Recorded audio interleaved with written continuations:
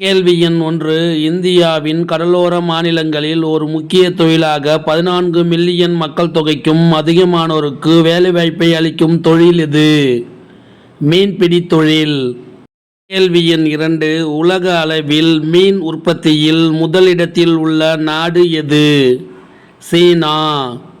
கேள்வி எண் 3. உலக அளவில் மீன் உற்பத்தியில் இரண்டாவது இடத்தில் உள்ள நாடு எது? இந்தியா. கேள்வி எண் 4. இந்தியாவில் மீன்பிடி தொழில் எத்தனை வகைப்படும்?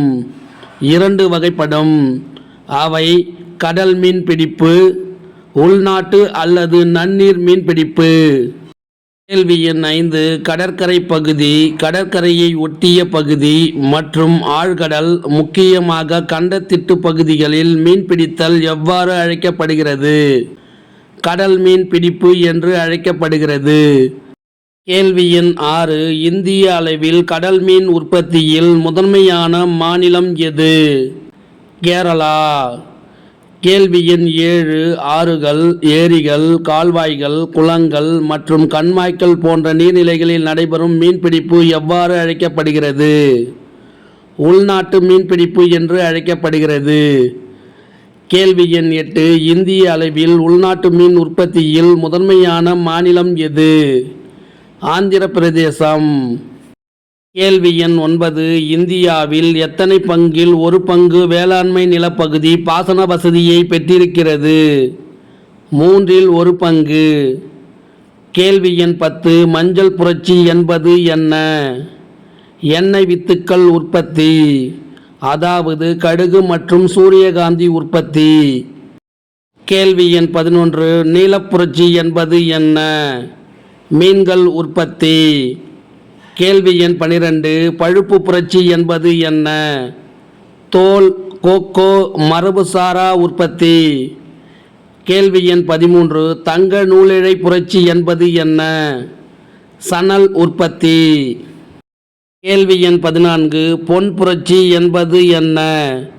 பழங்கள், தேன் மற்றும் தோட்டக்கலை பயிர் உற்பத்தி. கேள்வி எண் 15. சாம்பல் புரட்சி என்பது என்ன? உரங்கள் உற்பத்தி. கேள்வி எண் 16. இளம் சிவப்பு புரட்சி என்பது என்ன? வெங்காயம், மருந்து பொருட்கள், ஈரால் உற்பத்தி. கேள்வி எண் 17. பசுமை புரட்சி என்பது என்ன? அனைத்து வேளாண் உற்பத்தி. கேள்வி எண் 18. வெள்ளி புரட்சி என்பது என்ன? முட்டை மற்றும் கோழிகள் உற்பத்தி. கேள்வி எண் 19. வெள்ளி இழை புரட்சி என்பது என்ன? பருத்தி உற்பத்தி. கேள்வி எண் 20. சிவப்பு புரட்சி என்பது என்ன?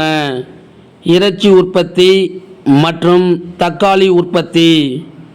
கேள்வி எண் 21. வட்ட புரட்சி என்பது என்ன? உருளைக்கிழங்கு உற்பத்தி.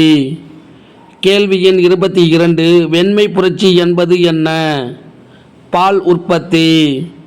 கேள்வி எண் 23. எந்த மண்ணில் இரும்பு ஆக்சைடு அதிகமாக காணப்படுகிறது? செம்மண். கேள்வி எண் 24. கரிசல் மண் எவ்வாறு அழைக்கப்படுகிறது? பருத்தி மண் என்று அழைக்கப்படுகிறது. இந்த வீடியோவுடன் இந்திய வேளாண்மை பாடம் நிறைவு பெறுகிறது.